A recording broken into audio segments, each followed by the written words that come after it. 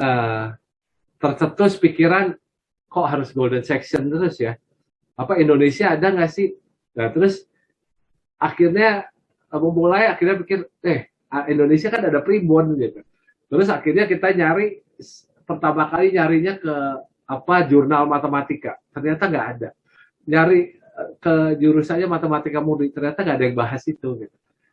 Akhirnya ya saya teringat ya di graphic design itu superstarnya itu kayak Bassimo Vignelli, Joseph Fuller Brockman itu sangat dekat dengan arsitek apa superstar desain grafis itu. Akhirnya saya search di internet, cari primbon arsitektur, ketemu nama Pak Prof Joseph itu. Jadi tahun 2013 lah saya pernah akhirnya saya datangin Prof Joseph di Surabaya waktu itu ya. Prof Joseph masih ingat saya nggak ya?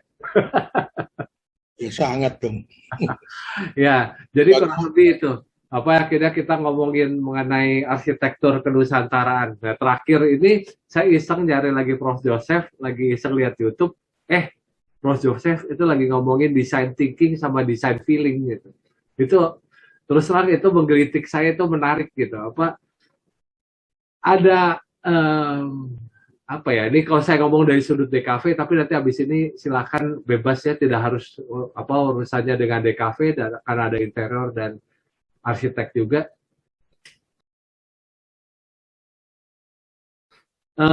Kita tuh agak ada sedikit kok desain pakai feeling gitu, nggak kayaknya nggak ajak gitu kalau ngomong desain pakai feeling gitu, Prof Joseph.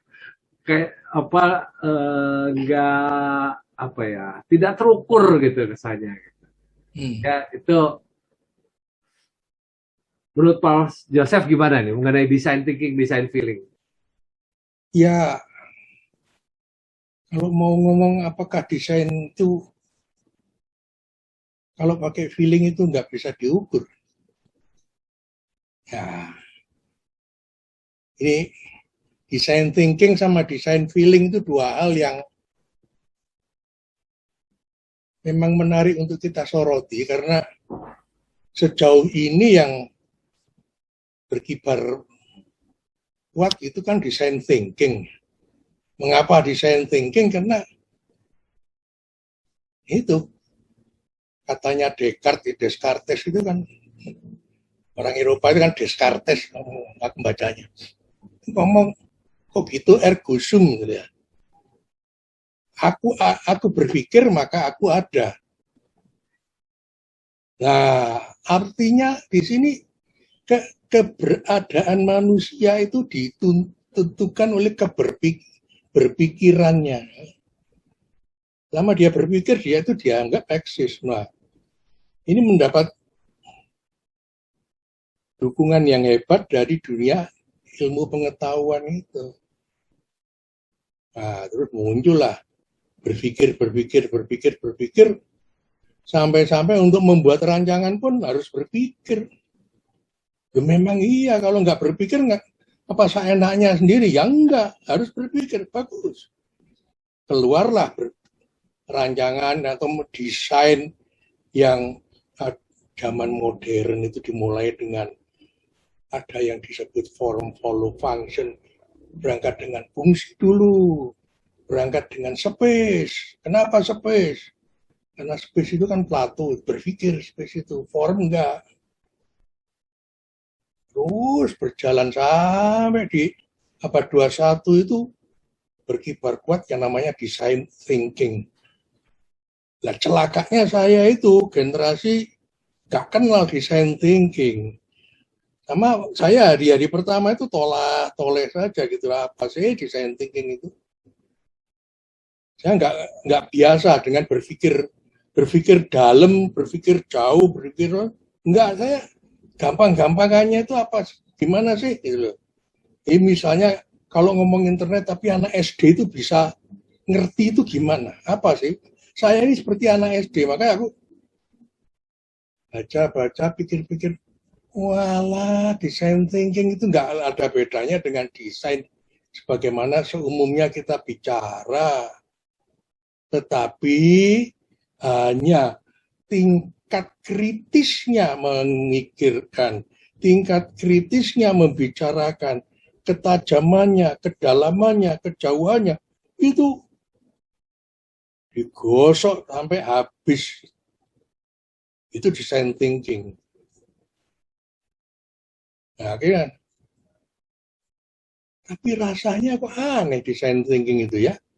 Gimana anehnya? Berjalan kuat sampai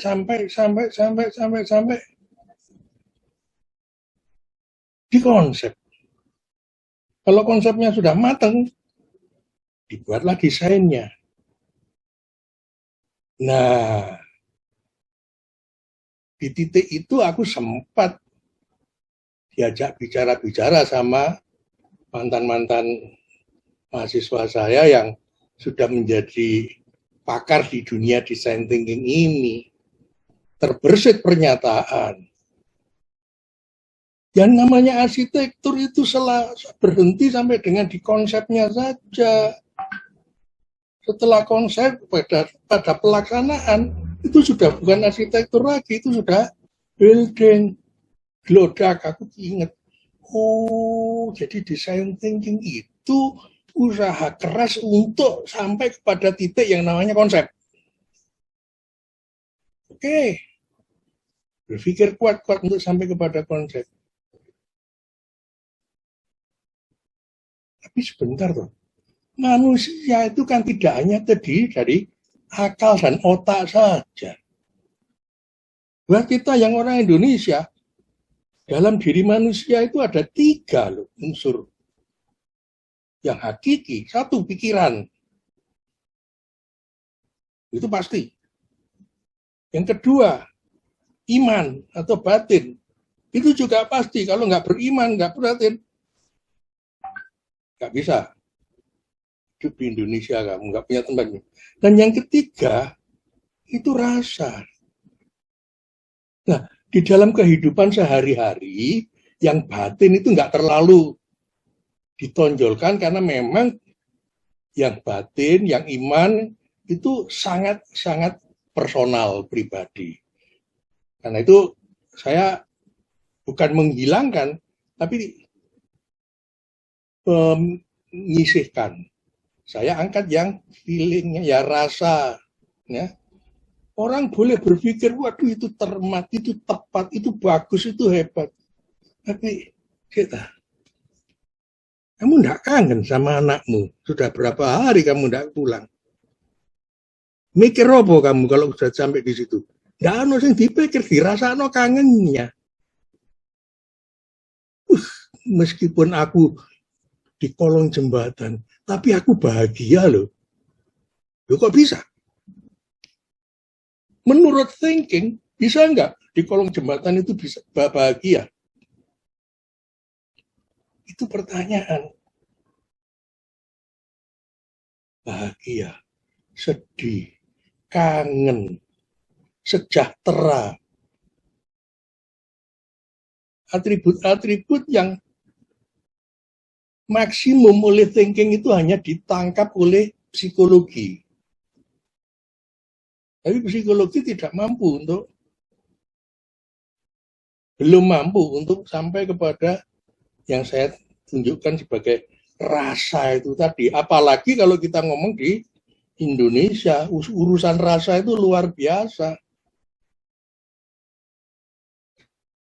Orang-orang Indonesia main perasaannya luar biasa. Saya megang kepala Anda, bisa mati saya. Di orang Indonesia seakan-akan kita dapat haram hukumnya untuk megang kepala. Aturannya nggak ada loh. Di Eropa itu biasa pegang-pegang kepala. Saya memberikan dengan tangan kiri. Pasti diomongin kamu kok enggak sopan ya.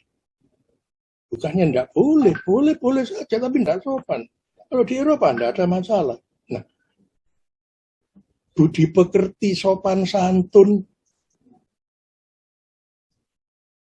itu hal yang berkenaan dengan kehidupan kita. Dan itu ada bersama-sama dengan berpikirnya kita. Orang boleh berpikir hebat, tapi kalau tidak punya tata krama, tidak punya budi pekerti, ya patut diteladani apa enggak? Dia manusia yang bagus, yang baik apa enggak? Disitulah kemudian saya mengatakan, apa enggak semestinya ya di samping design thinking, kita urusi thinkingnya dalam desain, kita juga urusi feelingnya dari desain itu. Rasanya gimana ya? Kalau ruangan ini tak kasih warna hijau. Padahal ini adalah kelas. Rasanya bagaimana ya kalau lantainya saya miringkan, merasakan. Nah, ada hal penting yang perlu saya garis bawahi dalam hal feeling itu adalah karena feeling itu lebih banyak pribadi. Tetapi saya tidak setuju kalau itu dikatakan subjektif. Karena saya kangen, Anda pun juga bisa kangen loh ya. Semua orang bisa kangen. Tetapi saya kangen istri saya, Anda kangen anak saya, kangennya beda. Nah, rumah yang selalu menghadirkan kekangenan untuk senantiasa pulang,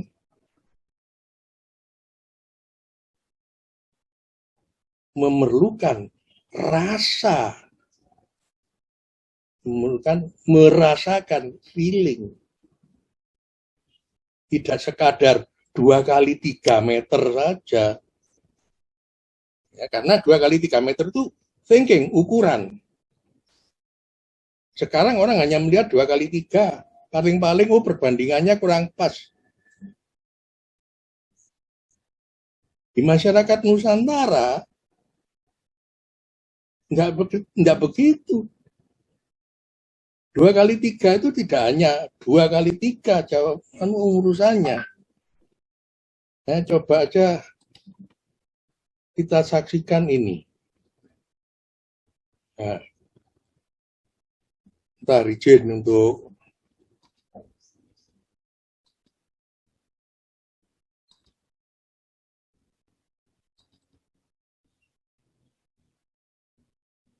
nah,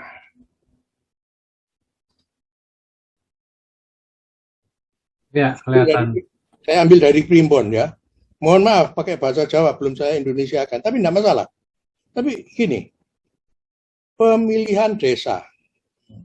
Kalau saya mau pindah ke Bandung misalnya, Bandung itu bisa jadi tempat yang cocok untuk saya apa enggak ya? Itu omongannya Primbon itu begitu. Jawabannya gimana? Ya kamu coba aja hitung. Huruf pertamanya Bandung, huruf terakhirnya Bandung itu apa? B sama G. G. Huruf pertama kamu, namamu apa? Kamu Priyotomo, P sama U. Nah, tambahkanlah P dengan B, O dengan G. Huruf pertama ditambah. Kalau sudah, maka dikurangi 6. Dikurangi dibagi 5. Jumlah angka tadi dibagi 5, ketemu berapa sisanya? Oh, sisanya 1, 2, 3, 4, 5. Kalau sisa 1, punya rezeki. Kalau sisa 2, sering susah. Kalau punya 3, sisa 3, banyak rezekinya. Kalau sisa 4, tentram. Kalau sisa 5, dihormati. Ini nggak masuk cerita kalau di thinking. Apa urusannya? Tapi dirasakan oleh seseorang yang mau tinggal di sebuah tempat. Misalnya saya tadi mau ke Bandung, setelah saya jumlah saya bagi-bagi, ketemu sisa 1. Waduh, nggak dapat rezeki. Ayo, mau nggak saya tinggal di tempat yang tidak mendatangkan rezeki? Kan tinggal gitu. Atau kalau sisa 3, banyak rezekinya. Wah, besok pagi berangkat aku. Nah, tidak sekadar hanya tempatnya saja, tetapi terhadap saya sendiri bisa sesuai apa enggak, bisa berkenan dengan feeling saya apa enggak. Kalau saya kepingin dapat yang dihormati, dihargai, maka harus mencari yang bersisa 5. Saya jelas ada P, ada O. Carilah kota yang, tempat yang kalau saya otak-adik ketemu sisa 5.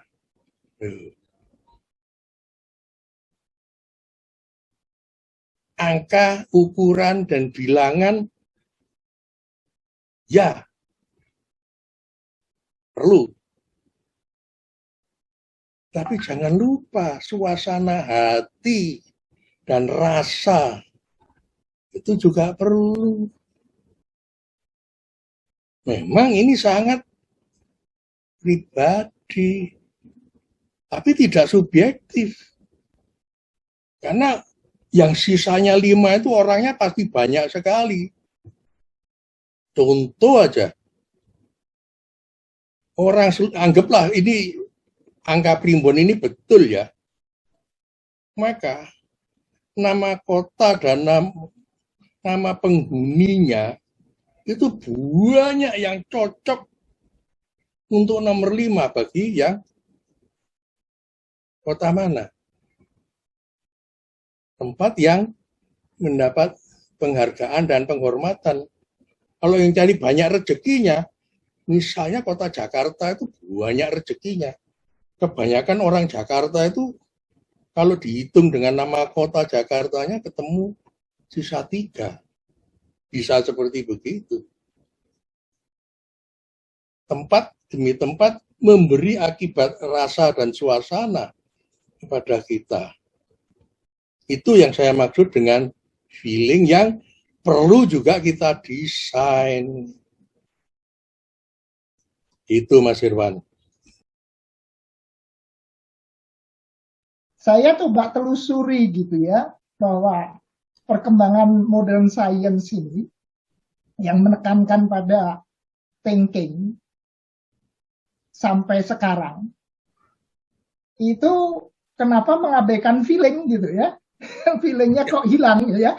Karena dari perguruan dari SD, SMP, SMA, S1, S2 sampai S3 tuh di sekolah nggak pernah diajarin feeling saya, Pak. Ya, thinking terus. Thinking terus, Pak. Sampai disertasi juga thinking terus.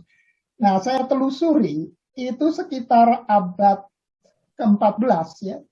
Tahun 1300-an sekian, setelah ada pandemi Black Death, yang banyak makan korban, hampir 60% penduduk Eropa. Itu yang disalahin itu para the witch, Pak. Dukun-dukun. Ya, dukun-dukun, ya betul. Ya. Nah, itu gereja sampai dengan kejadian itu membuat surat ya, pelarangan itu. Ya. Nah, ini diperkuat oleh Henry ke-8 di Inggris, ya tahun 1450-an kalau nggak salah, angka persisnya lihat di internet lah gitu ya. Itu bikin undang-undang anti the witch, Pak. Nah, selama 200 tahun itu yang praktek perdukunan pakai feeling, meramal gitu ya, bisa komunikasi dengan spirit, ditangkepin, digantung, dibakar, Pak. Ya, betul. Ya, karena Inggris itu punya armada pelayaran yang hebat sampai ke Amerika, undang-undangnya pun dipakai di Amerika pun ditangkepin, dibakar, Pak. Ya, digantung. Nah, undang-undang anti the witch ini berlangsung sampai 300 tahun, mungkin 4 tahun 17 sekian itu sedikit direvisi karena tahun 17 sekian itu udah abad 18, abad industri, abad sains, yang nggak mungkin ada orang bisa nyantet sampai bikin orang lain mati, yaitu cuma nipu aja, nggak mungkin orang bisa komunikasi dengan spirit, bisa meramal, itu nipu. Jadi undang-undangnya tetap cuman hukumannya diringankan, bukan hukuman mati, tapi hukuman penipuan aja, Pak. Nah, jadi cuman di penjara lah, nggak sampai dihukum mati. Karena kan cuma nipu gitu ya, dia tidak benar-benar bisa nyantet gitu. Nah, ini baru dihapus tahun 1908 atau sekian lah, pokoknya awal-awal abad ke-20, tapi diganti dengan undang-undang ini, Pak. Namanya itu mediumship, fraudulent mediumship, pokoknya ya mediumship itu penipuan lah gitu undangnya. Baru dicabut tuh tahun baru aja Pak, 2008 atau berapa, baru aja dicabut itu undang-undang itu. Ya, jadi bisa dibayangkan bahwa feeling, intuisi itu dilarang di perguruan tinggi, Pak. Sampai sekarang. Makanya nggak pernah diajarin. Padahal Carl Gustav Jung itu yang lahir tahun 1596 ya, dia mulai berkembang di awal abad 17 ya. Dia seorang filosof Gustav Jung itu 1875 ya. Dia itu orang Jerman tapi jadi psikolog di Swiss. Dia agak mempelajari yang ke India, kitab Veda. Nah, dia bilang bahwa cara orang mendapatkan informasi itu ada 4. Thinking didukung oleh sensing, panca indera, dan feeling didukung oleh intuiting atau intuisi. Ya, betul. Ya, ini muncul, tapi ya tetap aja feeling nggak dikembangkan di perguruan tinggi masih sampai sekarang. Nah, saya membacanya. Jadi, padahal semua orang punya feeling, punya intuisi. Ya. Tapi tidak dilatih. Yang dilatih hanya rasio sama panca indera, Pak. Nah, saya punya kecurigaan besar begini, Pak Herman. Di balik permainan kekuatan thinking itu adalah kekuatan kapitalis industri. Betul sekali. Sampai-sampai ada istilah sustainable, internasional, dan global, dan macam-macam. Saya curiga besar itu kelakuannya Eropa itu. Saya lihat peristiwanya Jokowi yang bikin tindakan nikel yang tidak boleh diekspor mentah-mentahan. Itu diantem habis-habisan oleh Eropa. Ya, Jerman kelabakan Pak, mobil listriknya bisa. Itu. Jadi thinking pun menjadi barang yang dijadikan jualan. Lantas muncul yang namanya Scopus segala itu kan. Ya. Nah, sehingga orang ya udah mau apa? Mana ada tempat untuk jurnal yang pakai feeling. Kalau zaman dulu ya si Empu mau mendesain keris Pak. Dia bertapa dulu Pak, 40 hari 40 malam puasa, ya meditasi, cari inspirasi, baru bisa jadi itu kerisnya. Ada desain itu Pak ya. Iya, ada juga ini. Duh, saya lupa namanya, almarhum. Bikin disertasi yang judul bukunya itu Kalangwan. Di situ kehebatan seseorang itu dari feelingnya, bukan dari thinkingnya. Karena ya di zaman itu kan seni itu masih, katakanlah istilahnya itu, seni itu masih yang menjadi komandannya, belum ilmu yang menjadi komandan. Kasus Eropa kan sebetulnya juga sama, sampai dengan era gotik itu kekuatan seni kuat. Tapi begitu masuk era Renaissance, nah para ilmuwan itu mulai berpikiran, kenapa ya kita tidak membangun agama baru yang namanya ilmu. Perlahan-lahan mereka membangun itu sampai kemudian ada istilah Nobel negara, itu kan penghadiahan rutin, dan di agama kan juga ada acara-acara rutin, pentahbisan, peresmian. Dunia ilmu itu banyak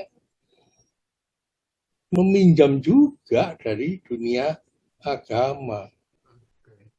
Nah, tapi yang saya sayangkan memang di Eropa itu feelingnya itu menjadi sangat terbengkalai, dan mungkin tidak terbengkalai sebetulnya.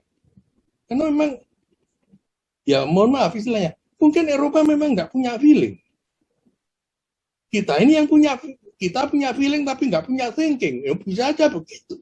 Kenapa enggak? Kalau kita punya thinking, maka semenjak dulu kita itu sudah punya tradisi nulis. Nggak bisa nggak ngomong doang. Kita kan masyarakat omong, tradisi omong.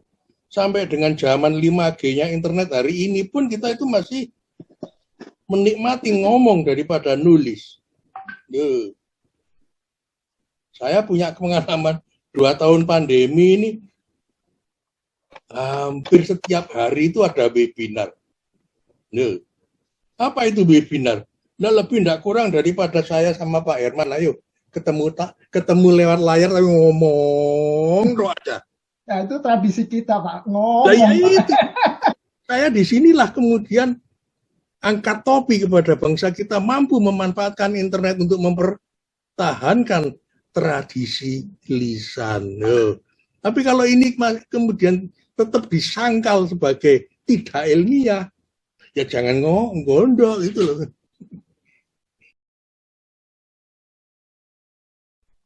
Bagaimana mahasiswa semester dasar, apakah ada langkah-langkah yang harus ditempuh untuk melatih desain menggunakan feeling dan thinking secara bersamaan? Terima kasih.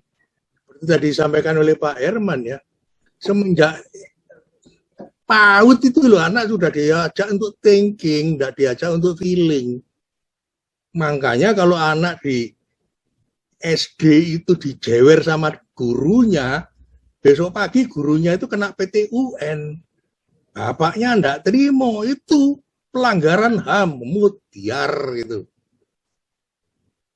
Nah, kalau pertanyaannya di mahasiswa semester awal itu perlu nggak design thinking dan feeling secara bersamaan? Ya, teoritiknya wajib gitu loh. Tapi aplikasinya ya sudah telat. Sudah terlanjur enggak punya budi pekerti anak-anak itu. Ya, hari ini tuh aku duduk, ada mahasiswa liwat itu enggak ada yang sedikit membongkok, ya lewat aja. Aco bebek. Enggak ada anunya. Untung loh sampai hari ini tuh belum ada mahasiswa yang memberikan sesuatu kepada saya dengan memakai tangan kiri. Loh, alhamdulillah. Puji Tuhan Indonesia masih baik. Tapi kirim WA jam 11 malam, Pak saya besok pagi mau asistensi bisa. Ini punya aturan apa enggak anak-anak ini? Jadi gurunya diposisikan sama dengan teman bermain dia. Jam 11 malam masih main game, diajak ngomong ya oke. Gurunya dianggap koncone gitu, diajak ngomong, Pak besok aku asistensi. Kalau gurunya marah, nanti anaknya yang lapor orang tuanya. Kalau gurunya nggak marah, itu nggak mendidik. Makanya buat saya rumus dasar, bukan rumus, resep yang saya sering berikan kepada anak-anak mahasiswa itu dihadapkan kepada hal yang seperti begitu, kamu harus punya sikap. Kalau kamu merasa kamu nggak punya feeling, mulai sekarang kamu tingkatkan kemampuan feeling kamu.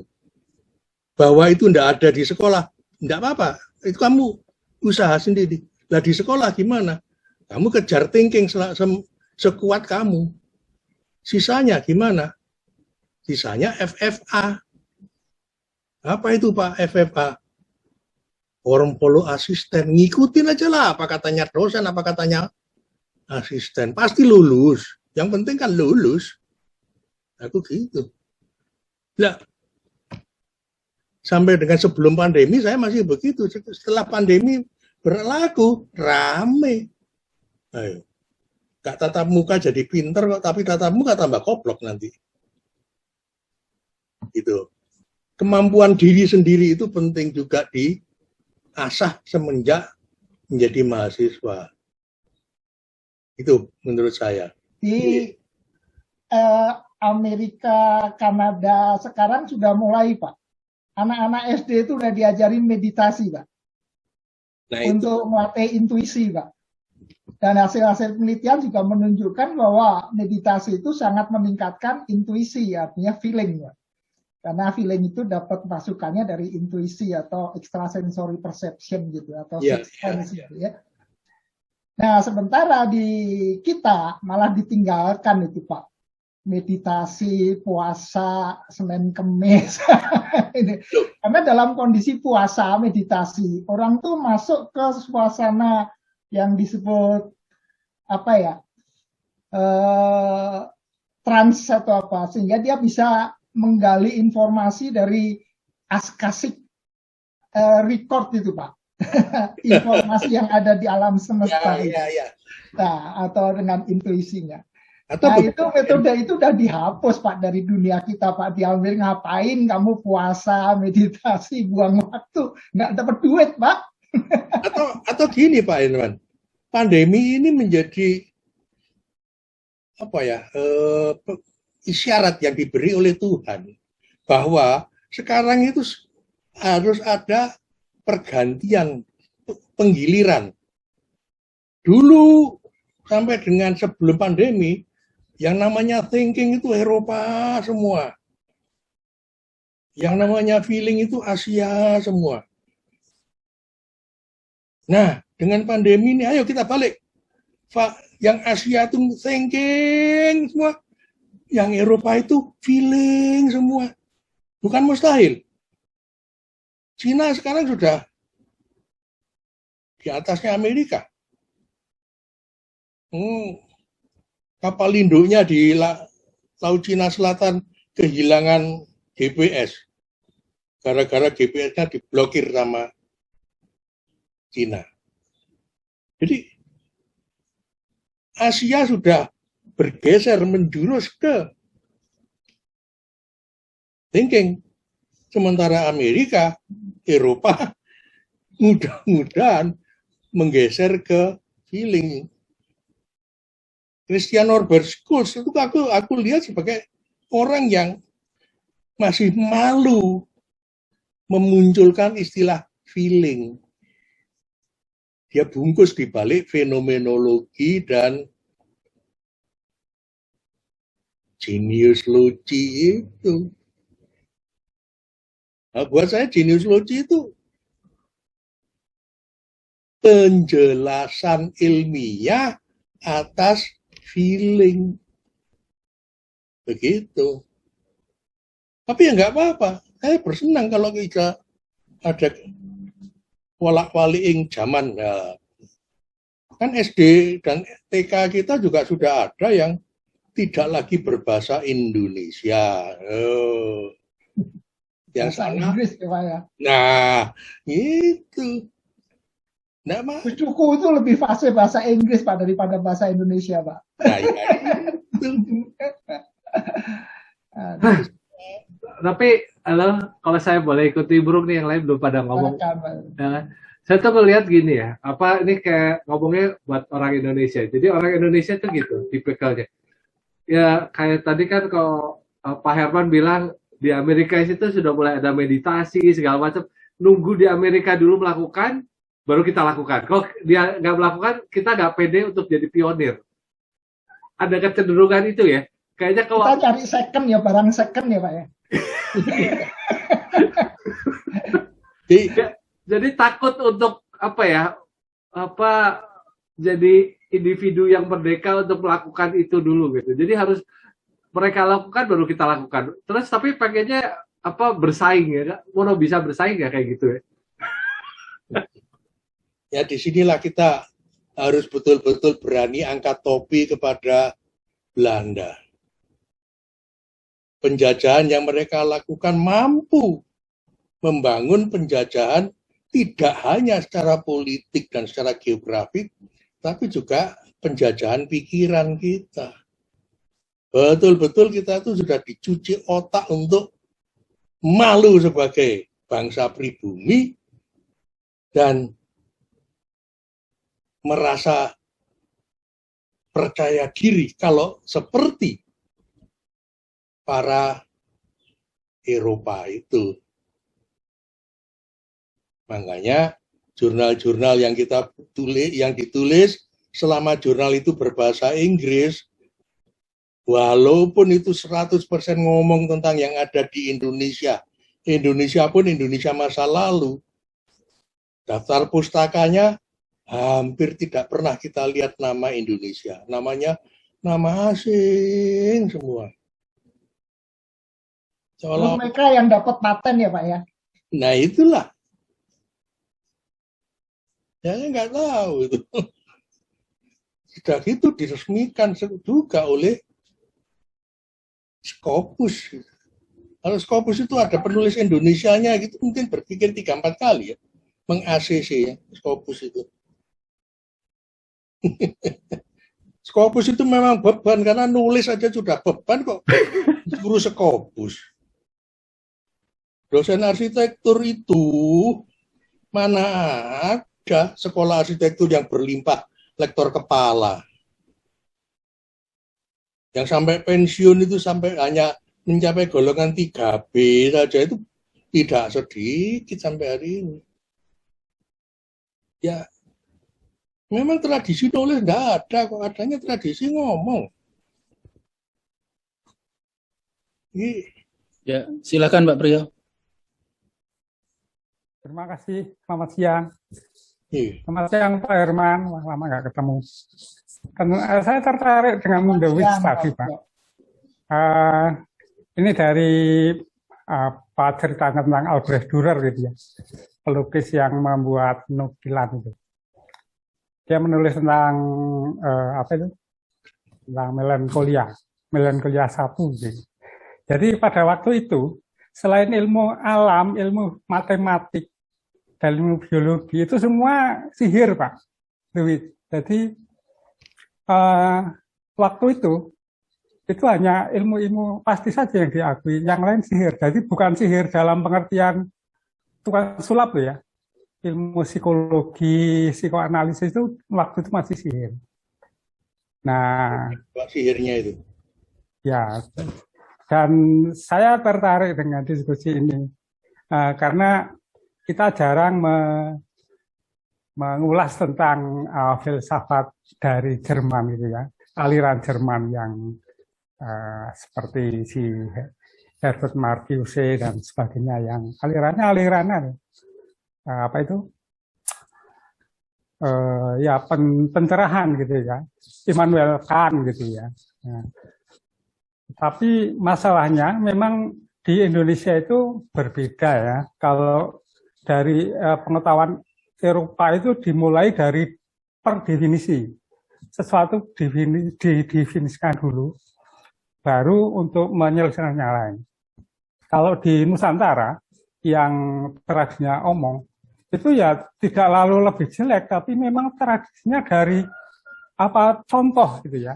Misalnya menjelaskan tentang rasa, itu tidak bisa rasa adalah, gitu. Tapi dengan contoh bagaimana kita memasuki rumah tiba-tiba badan merasa dingin ya.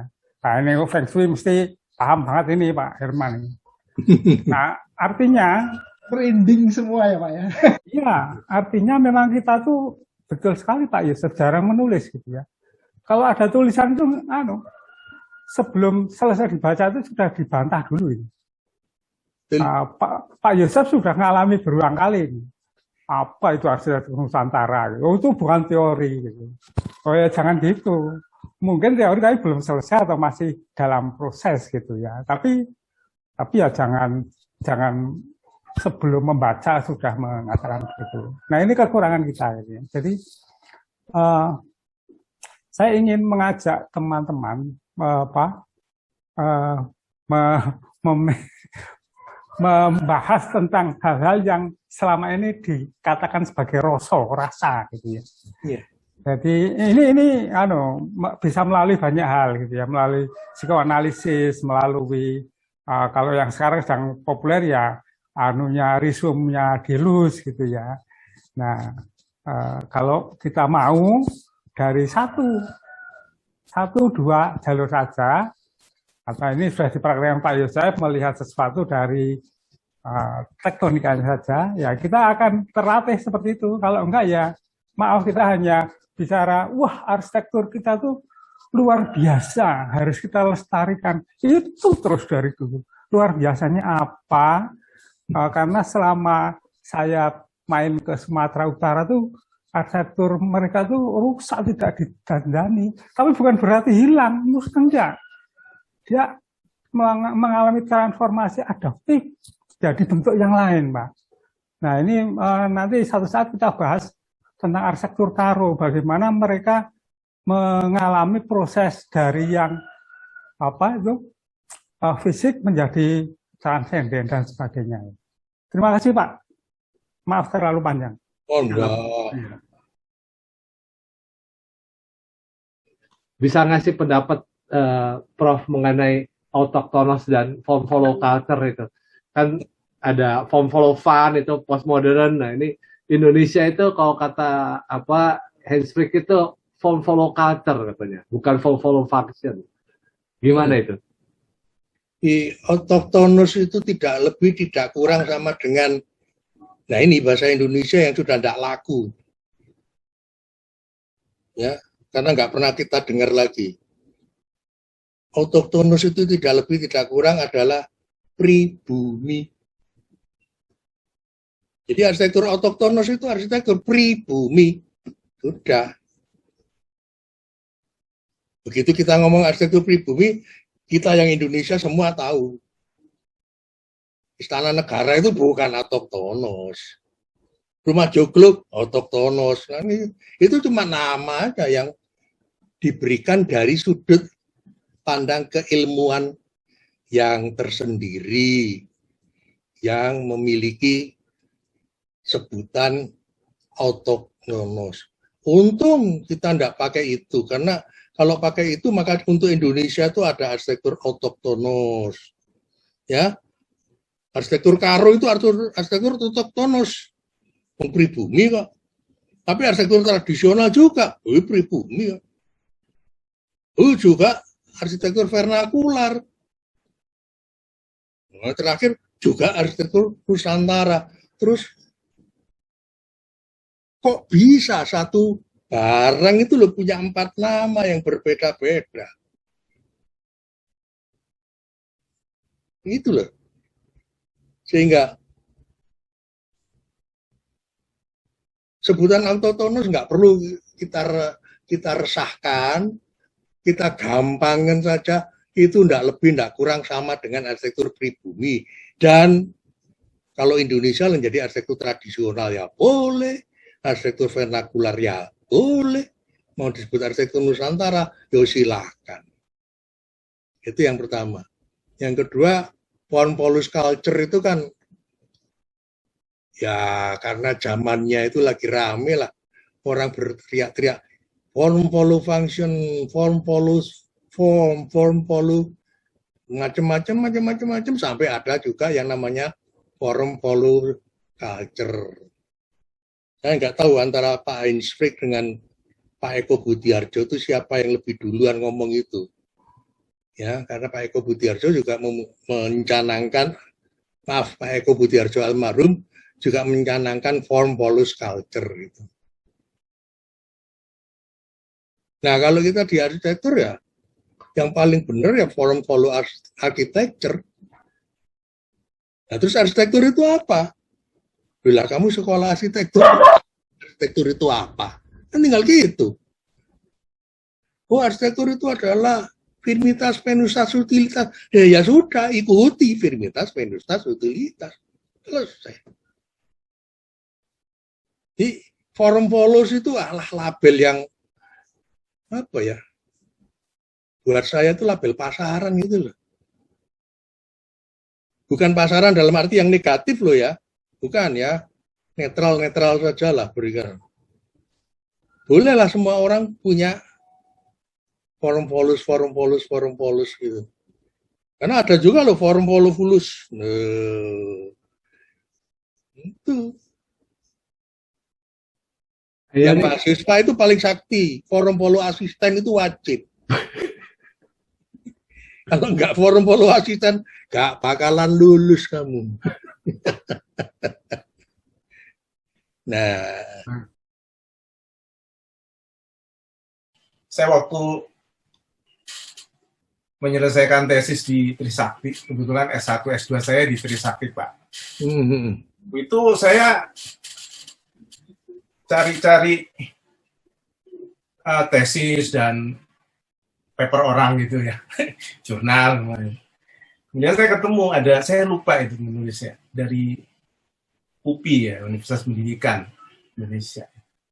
Jadi dari proses kreatifnya itu, dia ada skema gitu, ada skemanya itu ada fase perenungan. Di situ, wah menarik juga ini, saya bilang. Ada fase perenungan gitu. Artinya,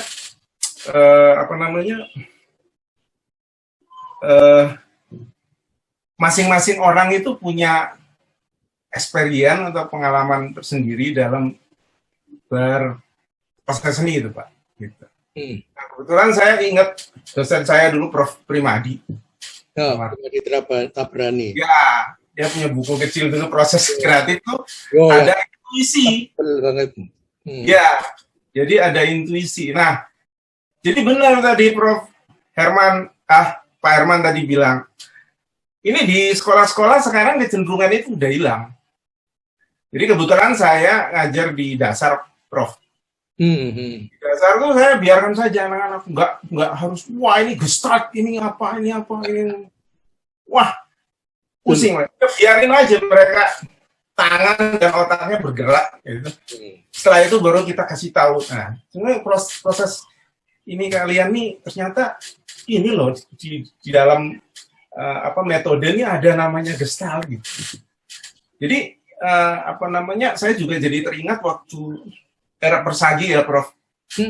Era Persagi itu kan pelukis-pelukis Indonesia mau mencari ciri keindonesiaan itu. Ya, keindonesiaan sampai relief-relief candi. Nah, ya kenapa gitu kita kok selalu mungkin masalah hegemoni nih, Prof. Jadi hegemoni, jadi kita didikte pendidikan Barat, akhirnya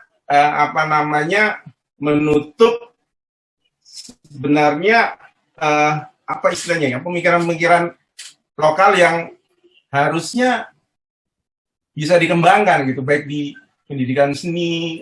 Kalau saya juga senang arsitektur, saya lihat orang banyak berburu sekarang meneliti rumah di Sumba gitu ya. Kemudian kebetulan saya kan di Timor, Prof. Orang Timor saya, Prof. Oh ya? Ya, kampung bapak saya di Alor gitu. Rumah-rumah itu kan Alor ya, bukan Timor dong. Ya, pulau kecil lagi, Prof. Pamenanu, Soe. Ya, saya gedenya di Pulau Timor, Prof. Oh, ya. Nah, bapak saya dari Alor, ibu saya dari Rote, Prof. Gitu. Jadi sebenarnya saya lihat, karena kan orang bangun rumah itu dulu juga nggak berhubungan sama orang luar negeri. Kita juga ada, ya, jadi kita sebenarnya bisa mengembangkan. Nah ini mungkin saya mau dikoreksi, Prof. Masalah hegemoni aja saya bilang. Sekarang. Memang. Mungkin seperti itu, Prof. Iya. Jadi salah satu hegemoninya itu kan yang tadi Mas Eston sampaikan. Segala sesuatunya harus dimulai dengan definisi gitu. Karena dengan membuat definisi kita sudah mengurung sesuatu. Betul, Bro. Dan dengan mengurung, hilanglah kesempatan untuk feeling. Hanya bisa berjalan dengan thinking. Makanya kalau bermain dengan feeling, Saya setuju dengan langkah Mas Eston yang di semester awal itu, udah kamu mau apa itu lakukan. Setelah dia melakukan, baru kita, yang kamu lakukan itu, kalau di dalam sekolah namanya budi pekerti. Nah, ini harus kamu punyai, sebab kalau kamu nggak punya, kamu itu akan dikatakan sebagai orang kurang ajar. Jadi, ini definisinya ditaruh di belakang, tidak di depan. Dan ini persis dengan apa yang disampaikan oleh Pak Priyo tadi. Memang feeling kita itu tidak berangkat dengan pasang patok dulu. Jadi experiencing dulu, baru defining. Kalau bahasa Inggrisnya ke situ. Makanya khusus untuk DKV itu saya tertarik sekali untuk mengatakan, bisa nggak feeling itu divisualkan? Buat DKV ini sebuah keharusan. Buat saya begitu. Karena nama di belakang yang disebut visual itu harus terlihat. Jadi bahagia itu bagaimana? Terlihatnya bagaimana bahagia itu?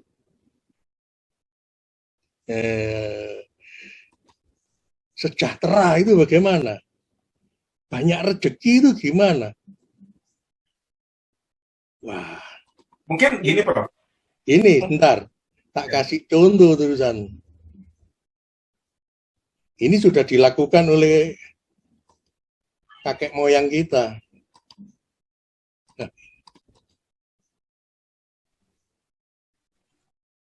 Ya ini.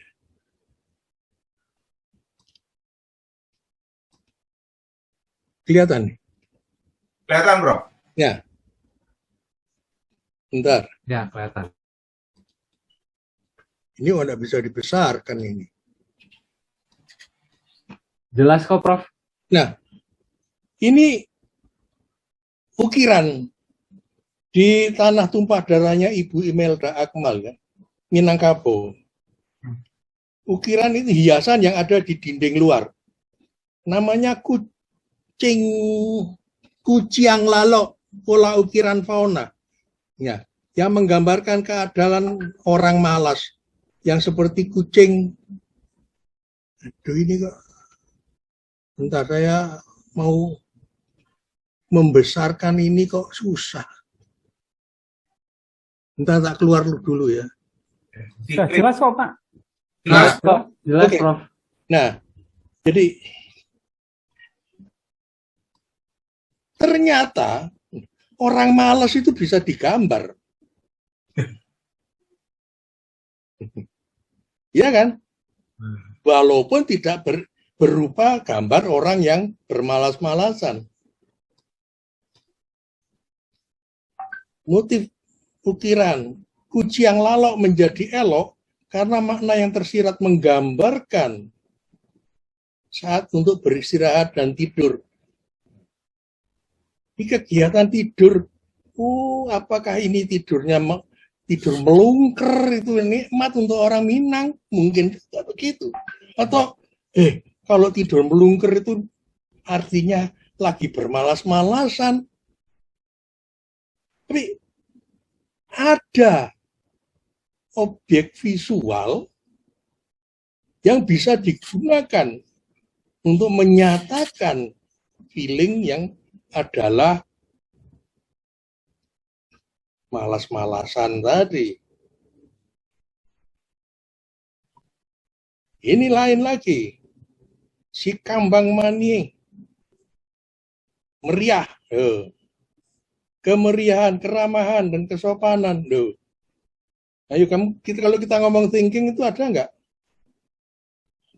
uraian yang bisa menyampaikannya? Lepas dari itu, kemeriahan itu kalau di Minang, itu bisa diungkapkan di gambar yang begini. Sehingga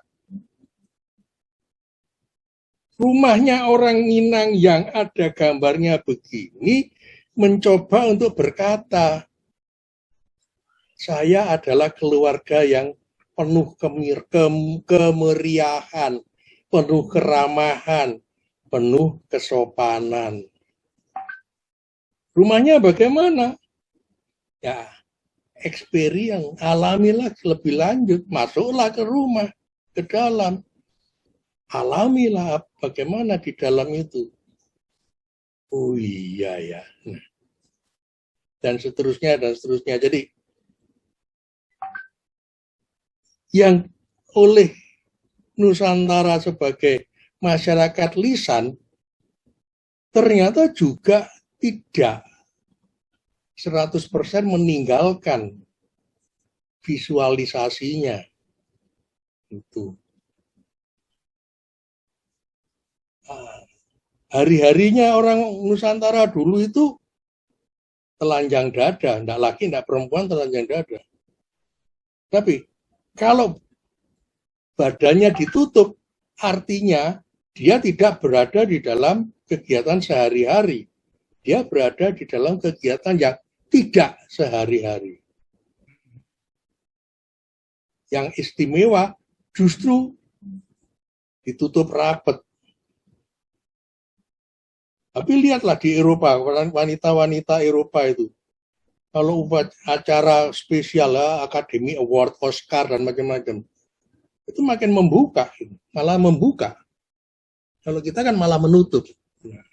Tapi sehari-harinya mereka itu tertutup, kita terbuka. Nah, hal-hal seperti begini menarik untuk kita angkat ke dalam pengungkapan visual dari feeling yang ada. Itu tadi buku apa itu, Prof? Yang tadi? Oh, ini di YouTube aja, cari di Arsitektur Minangkabau gitu. Oke. Udah ketemu gambar-gambar kayak begini. Pak Yusuf kan bilang desain, thinking, and feeling. Memang kombinasi dua-duanya ya. Kita punya otak kiri, otak kanan gitu kan. Otak kiri itu yang thinking, otak kanan itu yang feeling sebenarnya. Kita punya intuisi, punya panca indera gitu ya. Dua-duanya itu harus kita manfaatkan bareng-bareng gitu ya. Nah, jadi desain by thinking or by feeling ya dua-duanya. Ya. Thinking ini pemahaman yang seketika tanpa reasoning, sekedar tahu gitu ya. Nah, kemudian kita coba memahami dengan atau merasionalisasi dengan thinking kita gitu ya, seperti itu gitu ya.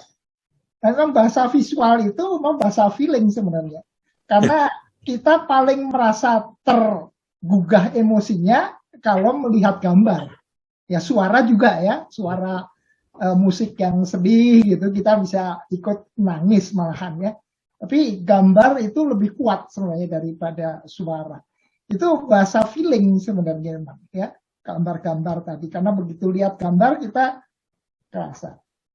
Mungkin karena ini background-nya variatif ya, saya ingin jelaskan background saya supaya bisa sedikit dipahami kenapa saya ngomong begini. Saya itu S1, S2, S1 di arsitektur, S2, S3 itu di perencanaan kota ya, planologi. Nah, tapi sekarang profesi, dulu saya pernah jadi profesinya dosen, artinya kerjanya sehari-hari di dosen arsitektur. Nah, sekarang profesi saya itu dukun. Ya. Dukun Feng Shui dan dukun energy healing prana gitu ya. Nah, ini dua-duanya itu menggunakan feeling dan intuisi. Jadi ini saya tidak pelajari secara formal, belajar sendiri sejak tingkat 4 lah, tahun keempat di S1 dulu. Ya, itu baru dari nol saya coba meditasi, saya coba merasakan energi gitu ya. Nah, lama-lama saya bisa merasakan energi, tidak dengan panca indera, tapi dengan ya disebut extrasensory perception atau sixth sense atau intuisi, karena dilatih, bukan karena bakat. Jadi kalau sekarang ada orang sakit di Amerika bilang sakit kepala, saya bisa rasakan bagian mana yang sakitnya, kiri, kanan, atau belakang. Dari sini. Tanpa langsung bersentuhan. Dan ini sudah dibuktikan sekarang di penelitian-penelitian di fisika kuantum ya, bahwa ada yang disebut quantum entanglement. Jadi kalau ada dua foton yang pernah bersatu kemudian dipisahkan jauhnya ribuan mil, yang satu diintervensi, yang satunya ikut bereaksi pada saat itu juga tanpa jeda waktu, lebih cepat dari kecepatan cahaya. Dulu dibilang, Einstein bilang itu spooky action gitu ya, peristiwa berhantu gitu ya. Tapi percobaan-percobaan makin membuktikan sekarang seperti itu. Jadi telepati, televiewing atau remote viewing itu dulu dilakukan penelitian waktu Amerika dan Rusia, USSR lagi perang dingin, mereka bikin laboratorium. CIA itu punya ahli-ahli yang remote viewing, bisa menggambar jarak jauh kondisinya. Ini misalnya pabrik atau benteng pertahanannya, gambarnya seperti bisa digambar jarak jauh. Dosing, ya, pernah lihat orang nyari air, ya, pakai tongkat atau pakai kawat, atau saya pakai lidi gitu ya. Kita bisa nyari di atas tanah di mana sumber airnya, bahkan bisa menghitung kedalamannya berapa, airnya asin atau tidak. Saya pernah diminta nyari di Cikupa, itu pabrik set propan ya, karena di situ kena intrusi air laut ya, Cikupa Tangerang, sehingga selalu asin. Waktu itu direkturnya Ibu Imelda dengar saya talk show fancy, dia nanya saya cariin, dapat air, saya bilang 40 meter digali, dapat airnya tidak asin. Pakai lidi saya, dan saya carinya pertama di atas kertas. Saya minta gambar linah lahannya karena gede, ya, pakai pendulum di atasnya saya cari, saya bagi kotak-kotak, saya cari di mana ada air, ya, yang tidak asin. Begitu ketemu di kota ini, baru saya ke lapangan di kota itu, saya cari persisnya di mana.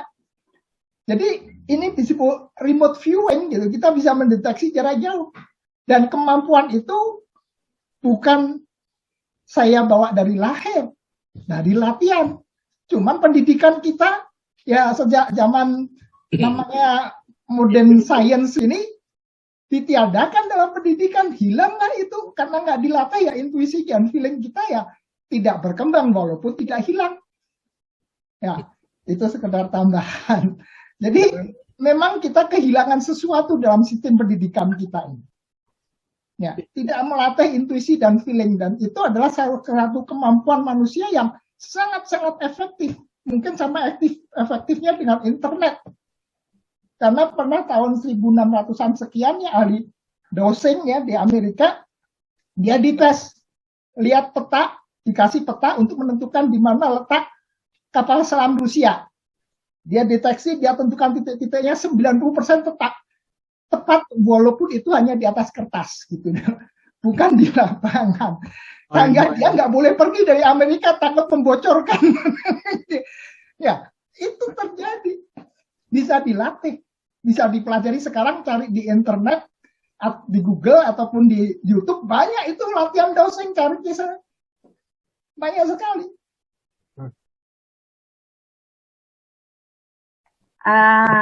Sekarang udah pensiun, tadinya sempat jadi dosen. Saya tadi mengikuti apa yang disampaikan Mas Yosef.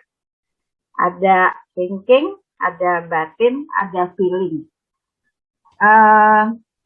Kemudian juga mengikuti Pak Eston dan Pak Hermawan. Pak Herman. Saya sedikit banyak setujunya dengan Pak Herman karena apa? Saya mau cerita sedikit tentang pengalaman saya berkaitan dengan apa yang diajarkan orang tua saya, mbah saya juga gitu. Jadi pada dasarnya manusia itu ada harus ada dalam 3 kondisi: agama, kemudian logika, thinking tadi, sama feeling. Nah itu memang susah untuk menyatukannya, saling mengkaitkannya. Tapi seperti yang Pak Herman bilang harus dilatih. Seperti apa yang saya rasakan, karena mbah saya dulu orang desa, orang Nganjuk, kerjanya pemelihara kuda, kalau nggak salah ceritanya pengikutnya di Ponegoro gitu. Tapi dia punya kalau kita bilang mungkin itu kepinteran, itu bisa rogoh nyowo, bisa kelihatan di satu tempat, tapi sebetulnya dia ada di tempat ini gitu. Nah, kalau menurut saya itu harus bisa menyatukan ketiga elemen itu dan perlu latihan agar supaya bisa ada dalam satu waktu yang sama gitu. Cuma ya susah pasti, perlu latihannya, perlu waktu lama gitu. Seperti yang saya rasakan, Pak, orang tua saya selalu bilang jangan hanya pakai akal, tapi harus pakai rasa gitu. Jadi semua itu selalu saya pikirkan, kalau udah logika saya bilang A, menurut rasa saya seperti apa. Nah, itu yang ada kadang-kadang kita seperti diingatkan. Kita mau jalan ke mana, katakan saya mau ngasih kuliah gitu, mau berangkat ke kampus gitu. Hujan. Padahal sebelumnya tuh udah begini. Kalau bisa agak lamaan deh, makannya ntar dulu deh, biar jalannya agak lamaan nanti aja deh. Jadi sebenarnya itu feelingnya sudah bicara. Nah, supaya kita tanggap, kita harus melatih. Oh, udah dielek, gitu, udah diingatkan gitu.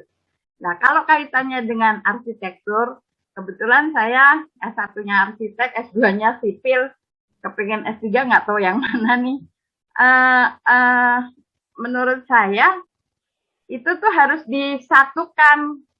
Dan pada mahasiswa memang seperti Pak Eston tadi, dari awal harus diajak supaya si anak itu bisa melatih feelingnya. Contohnya misalnya gini, saya orang sipil, orang struktur, ngajarnya struktur. Begitu banyak deretan kolom. Terus saya bilang ke anak-anak, kamu lihat deh gambar ini. Bagus nggak? Ada rasa indahnya nggak? Kok bisa bilang indah sih, Bu? Itu kan gede, itu kan besar. Coba deh kamu bawa hatimu, lihat itu matamu ke situ, ke gambar itu, deretan kolom-kolom itu tadi. Lalu dia bilang, kok Ibu bisa sih, Bu?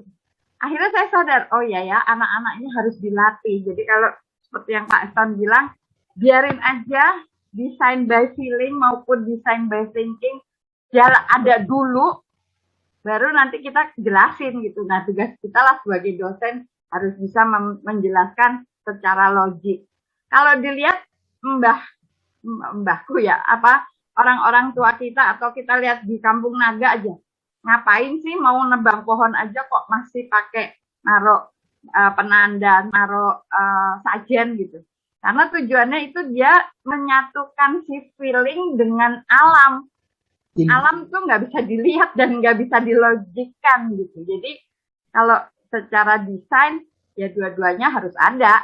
Karena yang di tengah itu kita manusianya, dan kaitannya ke atas, kaitannya dengan iman tadi, dengan batin, atau kalau saya lebih ke religi gitu. Cuman kadang-kadang yang saya orang Muslim, cuman yang agak kadang-kadang ini suka ini Pak, bias gitu. Ke kanan apa ke kiri gitu. Jadi jangan di kanan kiri tapi dibikin segitiga aja gitu. Jadi tinggal ngelihatnya ujungnya atasnya tuh yang mana, mau yang religi atau mau yang alam atau mau yang logical gitu. Itu aja mungkin pendapat, tapi mohon maaf kalau jujur aja pengetahuannya nggak secanggih bapak-bapak dan Prof. Yosef dan semuanya. Terima kasih. Bu, Ibu kan tadi bilang mau nebang pohon aja doa dulu atau permisi dulu. Di Bali juga begitu. Ya. Penelitian sekarang membuktikan, Bu, begitu daun mau dipetik aja dia udah bereaksi, Bu. Dipasangi elektroda, dilihat orang baru mau metek daunnya tuh dicek pada seketika itu udah bereaksi, Bu. Ya. Jadi jangan dibilang bahwa kita ini tidak terkait dengan daun, dengan binatang, bahkan dengan bangunan, benda mati. Kita terkait satu sama lain, nggak ada pemisahannya. Pikiran kita semua langsung masuk ke mereka dalam detik yang sama. Ya, setuju. Tapi itu harus dilatih dan itu berat, Pak. Yang saya rasakan gitu. Dulu kan orang Jawa punya kebiasaan Senin Kemis atau puasa. Ya. Itu benar-benar ketika saya mencoba, pikiran jadi bukan pikiran ya. Feeling jadi intuisi itu jadi jernih, bening, Bu. Kita bisa menangkap hal-hal yang sangat halus. Nah, itu tapi dihilangkan sekarang. Karena modernitas tuh ngapain ya. Oke. Setuju, Pak. E-thinking dan feeling ini juga bisa dipasang sebagai dua wajah dari sekeping mata uang. thinking itu untuk rasionalitasnya, untuk universalitasnya, sementara yang feeling itu untuk lokalitasnya, untuk personalitinya, untuk identitinya. Sehingga buat kita di Indonesia nggak ada alasan untuk tidak ngambil dua-duanya. Tetapi menjadi menarik untuk kita saksikan bahwa feelingnya itu sengaja dibunuh agar supaya thinkingnya itu bisa dijual di Indonesia dengan meriah itu. Sampai-sampai kemudian ada yang membuat tuduhan-tuduhan bahwa ngurusi feeling itu mendikotomikan. Ngapain ngurusin yang tradisional-tradisional? Itu biar urusannya sejarah. Arsitek itu urusannya hari ini sama hari esok. Iya, arsitek ngurusi hari ini dan hari esok. Tapi tidak ada yang mau ingat.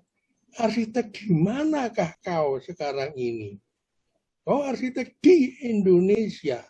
Dan kalau kamu sudah berani mengatakan di Indonesia, kamu harus berani untuk berlokal. Dan kalau berlokal, ngurusi desainnya adalah desain feelingnya. Bagaimana desain yang sudah thinking universal tadi menjadi sebuah arsitektur yang beridentitas lokalnya, feelingnya dipasangkan di sana.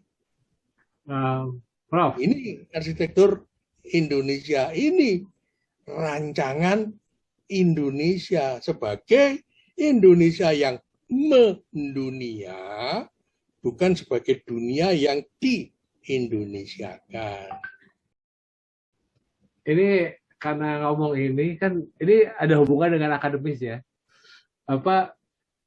Dengan apa ya di Indonesia kan feeling segala macam itu keterima Scopus nggak sih, Prof? Nah, ada kecelakaan besar yang saya alami. Pada saat Scopus berlaku, saya sudah diberhentikan sebagai pegawai negeri. Sudah pensiun, jadi tidak menikmati Scopus sama sekali. Tetapi saya yakin bisa. Saya yakin bisa. Seperti tadi yang saya katakan, kita mungkin bisa, bukan mungkin, kita bisa melakukannya dengan mengikuti yang dikatakan Mas apa tadi? Yang di Timor itu loh, lupa aku. Pak Eston. Mas Eston. Jadi lakukan rinci perlakuan yang terjadi, dan perlakuan yang terjadi setelah kamu uraikan, kamu lakukan identifikasi. Yang kayak gini ini kalau di Eropa itu namanya Heidegger. Kalau yang begini itu namanya Hegel. Kalau yang begini itu namanya metode deskriptif. Loh. Sehingga kethinkingannya ditaruh di belakang, feelingnya ditaruh di depan. Saya banyak bekerja dengan tulisan saya seperti itu. Makanya tulisan saya nggak laku di pasar. Karena nggak sesuai dengan Scopus itu. Nah, aku nggak ngurusi Scopusnya.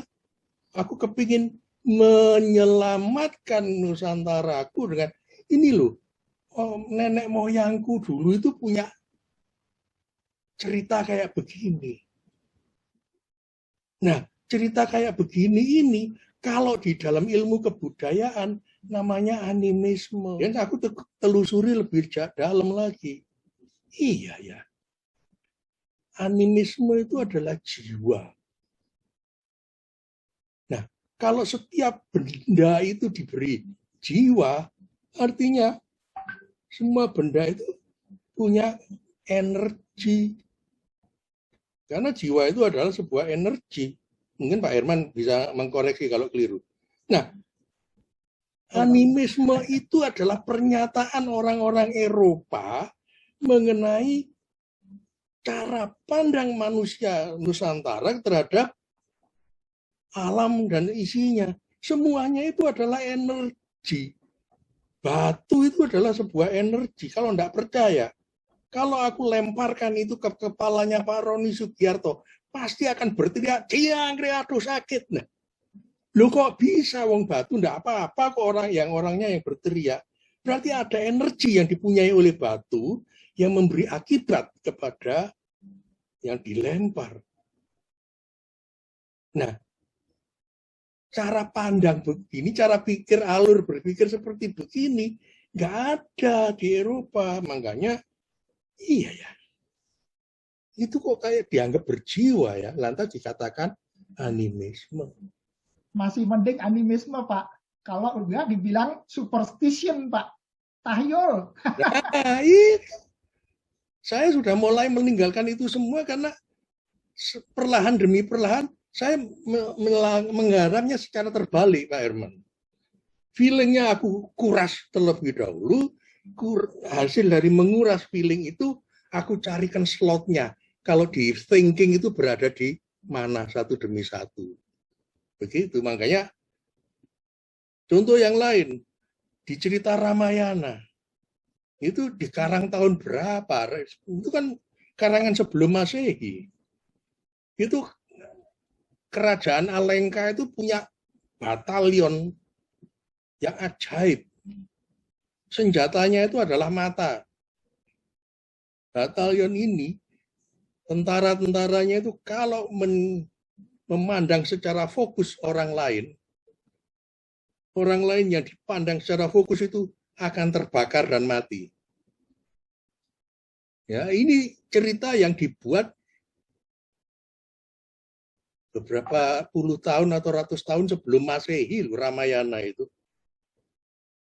Pada hari ini apa bisa hal itu terjadi? Jawabnya bisa. Kalau mata kita lengkapi dengan sinar laser. Kalau laser itu kita fokuskan kepada sesuatu, maka yang kita soroti akan terbakar. Dulu sudah ada itu. Mata itu punya kemampuan untuk berenergi.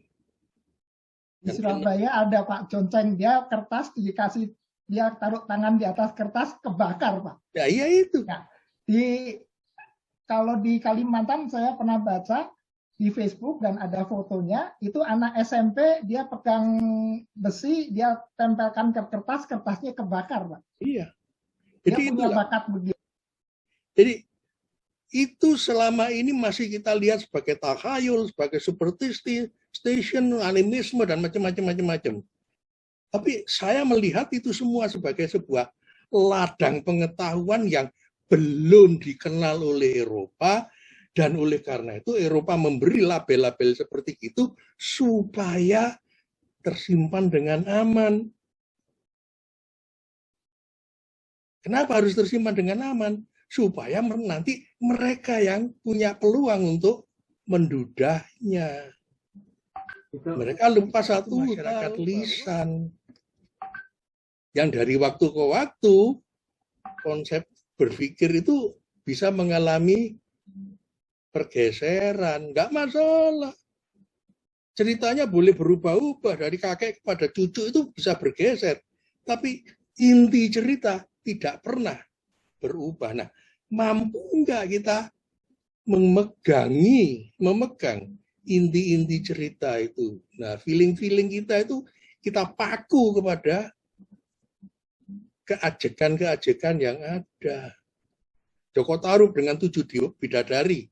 Itu tidak hanya di Jawa, di banyak tempat di Indonesia itu ada semua. Apa itu artinya? Oke, itu apa Bu Handayani mau tambahin? Ya, silakan Bu. Enggak sih, tapi sebenarnya gini, kalau saya nggak tahu perkembangannya setelah saya pensiun sampai sekarang ke mahasiswa itu bagaimana, tapi menurut dari zaman saya masih ngajar gitu, antara logika sama feeling itu memang harus ada, Pak. Jangan dipisah-pisah. Terus kalau bisa kita juga jangan terlalu menyalahkan modern lah. Anggap aja modern tuh masukkan sesuatu yang bisa mengkoreksi diri kita gitu. Jadi justru dengan adanya pemikiran-pemikiran yang kayak kasarannya kalau saya bilang agak-agak balelo gitu, agak-agak nggak sesuai sama kita gitu.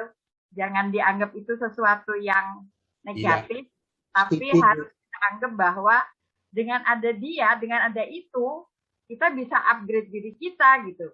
Contohnya seperti yang Pak Herman bilang, buktinya sekarang sudah mulai dilihat kan, oh ternyata daun itu punya sesuatu kekuatan, oh ternyata besi dipegangin tangan, ditaruh di kertas bisa mengalirkan energi gitu. Jadi anggap aja itu sebuah, kalau saya loh ya, anggap aja itu sebuah hal yang mengingatkan agar kita masih selalu berpegang pada, kalau saya nih, apa katanya Mbah Buyut atau Bapak Ibu saya dulu gitu, bahwa jadi menungso tuh kudu ngene gitu. Memang tidak tertulis, tapi selalu saya ingat apa yang disampaikan karena beliau selalu bicara dengan contoh gitu, nggak pakai bukannya ojo ngene jangan begitu gitu, bukan melarang, tapi coba kamu lihat itu, jangan gitu ya, itu jelek gitu. Jadi mungkin sekarang dengan adik-adik kita atau mungkin cucu saya malahan harus lebih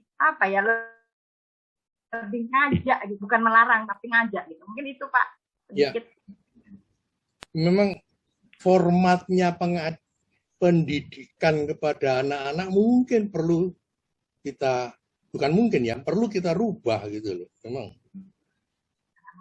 tidak lagi seperti zaman saya dulu, saya diloloh, diajar. Kalau sekarang mungkin nggak diajar, tapi diajak berteman. Guru dan murid itu nggak ada, yang ada itu sesama teman. Dan itu menjadi cerita yang panjang, lain lagi sudah urusannya. Oke, waktunya udah mau habis, tapi mungkin kalau dari saya, pertanyaan saya sih, kalau seandainya kata diubah, tapi dengan sistem yang mengekang ini sekarang ya, banyak pagar-pagar di pendidikan ini, gimana, Prof? Udah itu terakhir deh, untuk penutup. Saya seringkali menanggapi pertanyaan seperti itu dengan begini. Apa yakin bahwa itu semua adalah memagari kita? Jangan-jangan oleh karena itu tidak cocok sama diri kita, maka kita melakukan penolakan dengan mengatakan itu sebagai pemagaran. Contoh, saya itu semenjak masuk sebagai pegawai negeri, sudah punya kontrak sama istri saya, yang kemudian saya proklamasikan. Jadi, yakni apa? Aku pokoknya setiap bulan harus bisa hidup hanya dari gaji pegawai negeri. Semua orang mengatakan, lah kalau kamu melarat, itu resiko. Kenapa kalau melarat kok enggak boleh? Aku cuma begitu. Nah, dengan aku berada di wilayah, aku tidak menolak untuk bergaji kecil, aku tidak punya beban di dalam bekerja. Nah, seringkali karena kita tidak sesuai dengan jalan yang diberikan, menolak, kita lantas berkilah, lantas gitu. Apalagi kalau kita sebagai dosen ya, apalagi dosen itu sudah merasa saya ini dosen senior ya, saya kan udah 60 tahun. Jangan kamu ngajari aku ya. Pokoknya aku tahunya yang namanya arsitektur tradisional itu gini. Silakan, kamu ganti nama segala macam. Pokoknya aku ngajarnya itu ini.